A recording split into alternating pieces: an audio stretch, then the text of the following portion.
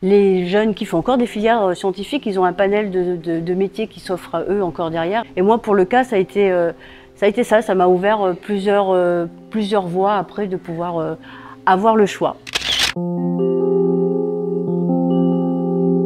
J'ai commencé une filière scientifique parce que quand on passe un bac scientifique, à l'époque, on nous orientait forcément vers des études d'ingénierie, etc. Et je me suis plutôt dirigée vers le côté gestion, analyse, enfin chiffres, pas comptabilité, parce que j'aime pas la compta, mais plutôt analyse des chiffres. Et puis il y a eu un moment, j'ai eu envie de créer ma propre société. Alors j'ai créé Utopio, déjà parce que ça rimait bien avec Marie-Jo. Mais c'était pas tout, c'était surtout essayer d'apporter des solutions durables, concrètes, facilement réplicables sur nos territoires insulaires pour contrer en fait toutes les problématiques qui vont nous tomber sur la tête, notamment tout ce qui est changement climatique, etc. Et inciter le plus de gens possible à s'engager dans cette voie-là pour préserver notre environnement, notre planète et d'avoir un futur meilleur en fait.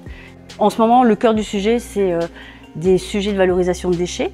Mais ça peut être aussi de la sensibilisation sur l'économie circulaire, qu'est-ce que c'est, les fresques de l'économie circulaire, les fresques de la biodiversité, des fresques du climat, etc. pour engager le plus de gens possible dans cette démarche-là. Ça, c'est la solution que j'essaie de vendre à Mayotte.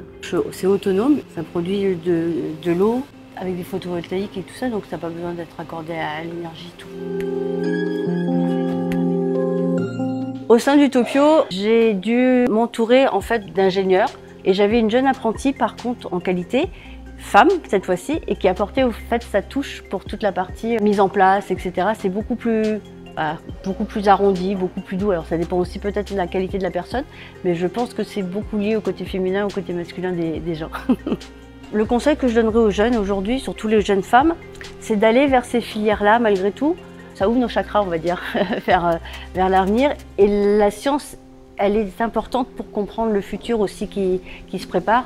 Et je crois que c'est quelque chose sur lequel il faut aller. Si je peux reprendre l'idée d'une femme scientifique qui m'a inspirée ces dernières années, on pourrait dire peut-être Vandana Shiva, cette activiste indienne. Je trouve que son discours est très intéressant et son combat est aussi primordial pour le futur. Alors ce que je voudrais dire, c'est allez les filles, allez-y vers les filières scientifiques.